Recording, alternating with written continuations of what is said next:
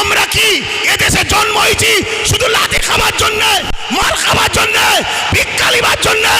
আমরা সংবিধান বিরোধী কোনো কাজ করিনি, আগামীতেও করবো না, ঠিক না বেটি? দেশ জুড়ে বিভিন্ন জায়গায় আন্দোলন চলছে, সবাই আমরা একসাথে হয়ে অন্য রাজ্যের মানুষদের এক হয়ে আমরা যাব দিল্লিতে। রাজি আছেন না? নয়, দিল্লিতে শুধু চিল্লাতে যাব না, দিল্লিতে শুধু চিল্লাতে যাব না, যারা সংবিধান ও দেশকে মিটাচ্ছে তাদেরকে নামাতে আমরা যাব। রাজি আছে? এই মাথা যেন মনে থাকে, ধোঁকাবাজি করলে হবে না। জন্মেছি যখন মরবো একদিন, ইনসাফের জন্য লড়বো, মানবতার জন্য লড়বো, দেশের জন্য লড়বো, সংবিধানের জন্য লড়বো, নিজের মাতৃভূমির বসবাসকারী গরিব হিন্দু, দলিত, আদিবাসী, সাঁওতাল, বাগদি সবার জন্য আমরা লড়বো। এতে আপনারা প্রস্তুত আছেন না? নয়, আছেন না? নয়, আমি সংক্ষেপ করছি, কষ্ট দিলাম আপনাদেরকে, কষ্ট দিলেন। আমি যখন কথা বলি এখান থেকে নয়, এখান থেকে কথা বলি, তা আমার কথা বাপ ওই তেল মাখালু হয় না। যাবার জন্যে এ দায়িত্ব আমাদেরকে নিতে হবে না? হবে না? নিতে হবে না? হবে না? তারপরও এই মঞ্চ থেকে বলছি, গত 24-এ 39টা এমপি রাজ্য সরকারকে বাংলার মানুষ দিয়েছে না দেয়নি? আওয়াজ দিয়ে বলুন, দিয়েছে না দেয়নি? তারপরও বলছি, 39টা এমপিকে বাংলা সরকারকে রাজ্যের মানুষ দিয়েছে। 39টা এমপি এই ওয়াকফ বিলের বিরুদ্ধে যেদিন মিটিং হবে সেদিন ওর ভেতর থেকে অকবাল নিয়ে পালালে হবে না, পুল বুক চিতিয়ে লড়াইয়ের নমুনা আমরা দেখতে চাইছি, ঠিক না বেটি? একটা সুযোগ আবার দিচ্ছি, ওই দিন যদি লড়াই ঠিকভাবে হয় তাহলে জানবো একটু হয়তো শুভ বুদ্ধি হচ্ছে, তাহলে নতুন করে পরে ভাবা যেতে পারে, তাও ক্লিয়ার নয়, ঠিক না বেটি গো? কিন্তু আমরা দেখতে চাই, আওয়াজ দিয়ে বলুন, দেখার দরকার আছে না নয়? দেখার দরকার আছে না নয়? আমি বলেছিলাম, আজকে আমার কথা মনে পড়ছে না, পড়েনি, আমি বলেছিলাম যে চেয়ারের একটা পায়া দরকার, বলেছিলাম না? আজকে বলুন তো, পুরো দেশ জুড়ে যদি আমাদের গুটাকুড়ি থাকতো, গুটাকুড়ি যদি থাকতো, সেটা আমার কথা বলছি না, হ্যাঁ 29টা এমপি আমরা বাংলা থেকে দিয়েছি না দিইনি? কথা বলেন, আপনারা দিয়েছেন না দেননি? তাহলে আজকে দেখার দিন এসেছে সে কি করে, কারণ আইন তো হচ্ছে সেখানে, সেখানে আপনি যদি বিরোধী হন তাহলে সেখানে লড়াই করছেন না, রাজপথে নেমে মুসলমানকে বোকা বানাচ্ছেন কেন? কি গো, বলা ভুল হচ্ছে নাকি? আওয়াজ দিয়ে বলো, বলা ভুল হচ্ছে? আরো জোরে শুনতে চাই, বলা ভুল হচ্ছে? তাহলে সেই জায়গায় তো দেখানো দরকার। মনে রাখবেন, আমি বলেছিলাম, আজকে আফসোস হচ্ছে না হয়নি? যদি টোটাল ভারত মিলিয়ে গুটাকুড়িও যদি আমাদের থাকতো উপযুক্ত, উপযুক্ত, যেমন আমাদের বিধানসভায় একটাই উপযুক্ত আছে, নওশাদ সিদ্দিকী, নাম শুনেছেন না শোনেননি? গত 4-5 দিন আগে এই ওয়াকফে বিধানসভায় কথা উঠেছিল, ওয়াকফে উঠেছিল, সব মুখে চুপ করে আছে। যারা কলকাতায় বিশাল জমায়েত করে চিল্লাচ্ছে সিনিও চুপ করেছিল, কিন্তু নওশাদ সিদ্দিকী সেখানে চোখে চোখ রেখে প্রতিবাদ করেছে, সেখানে আওয়াজ তুলেছে। তাহলে আমি বুঝাতে চাইছি, এভাবে যদি পুরো দেশ জুড়ে আমাদের গুটাকুড়ি যদি এমপি থাকতো, যখনই বলেছিল ওয়াকফ সংশোধনের নামে এই এই এই এই বিল হবে, ওই গুটাকুড়ির মধ্যে থেকেই একজন উঠে চেয়ারটা ছুঁড়ে প্রথম মার, কেন তুই দেশের সংবিধানের বিরুদ্ধে কথা বলছিস? কিন্তু আমাদের তো কেউ নেই বাপ, আমাদের তো কেউ নেই, সব হাতছাড়া করে ফেলেছি। আজ শপথ নেন, আমাদের ভুল যদি ভাঙে, সময় যদি আসে, ওয়াকফ বিল এত সহজে তো করতে দেওয়া যাবে না। তাতে লক্ষ যুবকের বুকে তাজা দিতে, রক্ত দিতে হলেও আমরা দিতে রাজি আছি, রাজি না রাজি নয়। কিন্তু এরপরেও আগামী দিন শুধু রাস্তায় দাঁড়িয়ে দাঁড়িয়ে আমরা লড়াই করবো কেন? রাস্তায় দাঁড়িয়ে দাঁড়িয়ে কতবার চিল্লাবো?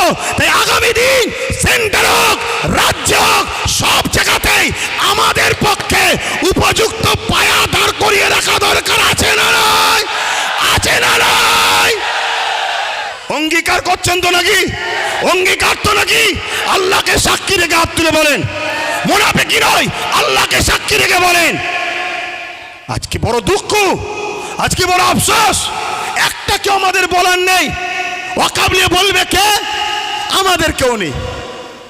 মাদ্রাসা সংরক্ষণ, মাদ্রাসা বাঁচাবার জন্য বলবে কে? আমাদের কেউ নেই। ওবিসি, ওবিসি বোঝেন? এ ওবিসি বোঝেন? আকসার লোক তো ওয়াকাফ জিনিস কি সেটাই বোঝে না।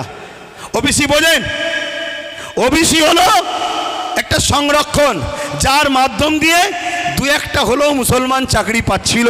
সেই ওবিসিটাকে বড় প্ল্যান মাফিক গোঁজামিল করে সংরক্ষণ দেওয়ার জন্য সেটা আজকে কেস হয়ে বন্ধ হয়ে যাওয়ার জন্য এবছরেই 400-র ওপরে মুসলিম ডাক্তার তারা বসতে আর পারল না পরীক্ষায়, তাদের লাইফটা বরবাদ হয়ে গেল এই ওবিসির কারণে। এগুলোকে আপনাদের জানতে হবে। তাই আমি শেষ করছি বক্তব্য, এখানে একটা শেষ কথা বলে যাই।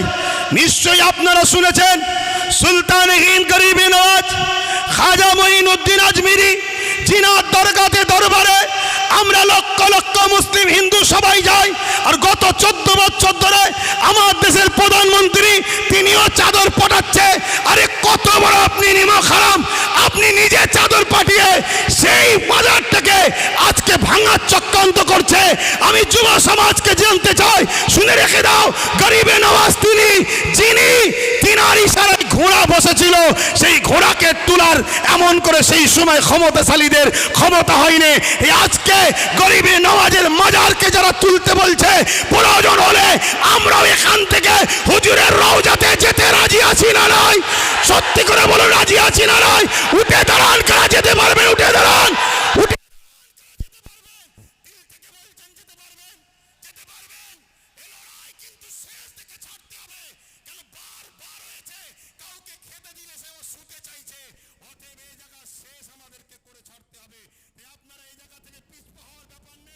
আগামী দিন বিভিন্ন জায়গায় করে করে কলিকাতার রাজপথ আমরা নামবো। কলিকাতায় করার পর পুরো দেশ জুড়ে বিভিন্ন জায়গায় আন্দোলন চলছে। সবাই আমরা একসাথে হয়ে অন্য রাজ্যের মানুষদের এক হয়ে আমরা যাব দিল্লিতে। রাজি আছেন না নয়? দিল্লিতে শুধু চিল্লাতে যাব না, দিল্লিতে শুধু চিল্লাতে যাব না, যারা সংবিধান ও দেশকে মিটাচ্ছে তাদেরকে নামাতে আমরা যাব। রাজি আছে? এই মাথা যেন মনে থাকে, ধোঁকাবাজি করলে হবে না। জন্মেছি যখন মরবো একদিন, ইনসাফের জন্য লড়বো, মানবতার জন্য লড়বো, দেশের জন্য লড়বো, সংবিধানের জন্য লড়বো। নিজের মাতৃভূমির বসবাসকারী গরিব হিন্দু, দলিত, আদিবাসী, সাঁওতাল, বাগদি সবার জন্য আমরা লড়বো। এতে আপনারা প্রস্তুত আছেন না নয়? আছেন না নয়? আমি সংক্ষেপ করছি, কষ্ট দিলাম আপনাদেরকে, কষ্ট দিলেন। আমি যখন কথা বলি এখান থেকে নয়, এখান থেকে কথা বলি, তা আমার কথা বাপ ওই তেল মাখালু হয় না। তাই হয় চুপ করে যেতে বলেন, চুপ করে যাব, আর নয় কথা বলবো। হ্যাঁ, একটা মিস্টেক হয়েছে, যেটা 6 তারিখে বললাম, ডক্টর বাবা সাহেব আম্বেদকরের ওটা জন্মদিবস নয়, সরি, উনি ওই দিনে মৃত্যুবরণ করেছিল, সেটা পুরো দেশ জুড়ে স্মরণ করা হতো। কিন্তু এই ডিসেম্বর 6 তারিখে এটা রানিংয়ের মাথায় হয়ে গেছে, যাকে জন্য আমি দুঃখিত, ওটা মৃত্যু দিবস ছিল। তো যাক, আমি সংক্ষেপ করছি।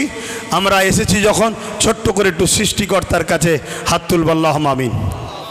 আয় আল্লাহ, আজকে আমাদের এই ডাক, আমাদের এই লড়াই, আমাদের এই আলোচনা আমার মাতৃভূমিকে বাঁচাবার জন্য আমাদের এই লড়াই। পাশাপাশি সংবিধান যে আমাদের ধর্মীয় অধিকার দিয়েছে, সে অধিকারকে যারা খর্ব করছে তাদের বিরুদ্ধে সংগ্রাম করার এই আমাদের লড়াই। আল্লাহ, এই ডাককে আপনি কবুল করুন, এই ঐক্যকে আপনি কবুল করুন। যারা আমাদের মধ্যে মুনাফিকি করছে তাদের হাত থেকে এই সমাজকে আপনি হেফাজত করুন। আমাদেরকে সংগঠিত হবার তৌফিক দিন। আলেম ওলামা, পীর মাশায়েখ এবং পাশাপাশি হিন্দু সমাজ, দলিত সমাজ, আদিবাসী সমাজ, তারাও তো মানুষ, সবার সৃষ্টি মালিক তো আপনি। সবার মধ্যে মানববন্ধন দিন, সবাইকে খুশিতে হাসিতে রাখুন, সবাইকে ফলে ফুলে ভরিয়ে রাখুন, সবাইকে মহান মাতৃভূমিতে হাসি খুশিতে রাখুন। আজকে যারা বাড়তে চাইছে আমাদের মধ্যে, দেশকে দুর্বল করতে চাই যারা আমাদের মধ্যে, সে সেন্টার হোক রাজ্য হোক, উভয়ের হাত থেকে দেশ ও রাজ্যকে আপনি হেফাজত করুন। সবার পেটে ভাত, সবার পরনের কাপড়, সবার মুখে হাসি, সবার বাচ্চাদের শিক্ষার সুব্যবস্থা তামাম কায়নাতের সৃষ্টিকর্তা আপনি হেফাজত করার তৌফিক দান করুন। আজকের আমাদের এই ব্যবস্থা যারা করেছে, প্রত্যেকের এই ব্যবস্থা করার পরিশ্রমকে কবুল করেন। আল্লাহ, যারা এসেছে প্রত্যেকের আশাকে কবুল করেন। আগামী দিন আমরা যেন হকের পক্ষে, ন্যায়ের পক্ষে সংগঠিত হয়ে কলিকাতার রাজপথ, ওখানে ওখান থেকে দিল্লি, আমার দেশের রাজধানী, সর্ব জায়গাতে আমরা যেন ইনসাফের জন্য, ন্যায়ের জন্য, গরিবের জন্য, দেশের জন্য, পাশাপাশি আমার দেশের যে সাংবিধানিক মৌলিক অধিকার, ধর্ম যার যার দেশ সবার, সেই আওয়াজ তুলে আমরা যেন নিজের ধর্মকেও পালন করে চলতে পারি। আমিন। লা ইলাহা ইল্লাল্লাহু মুহাম্মাদুর রাসূলুল্লাহ। যাবার আগে একটা স্লোগান হবে, সাথ দেবেন তো নাকি?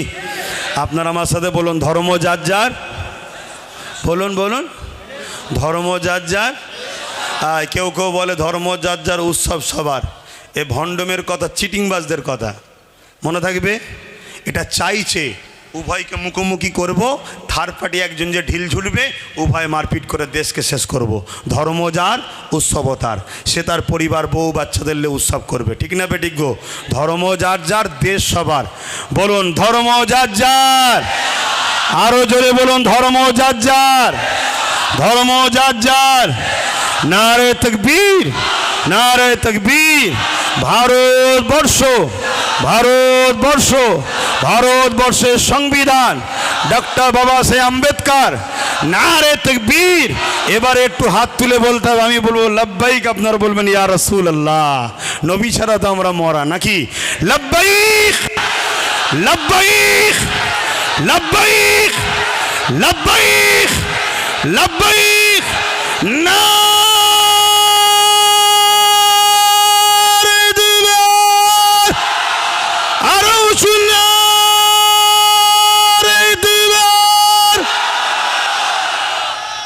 যে কোনো জায়গায় মুসিবতে পড়বেন, এই স্লোগানটা রাখবেন, সব বালা কেটে যাবে।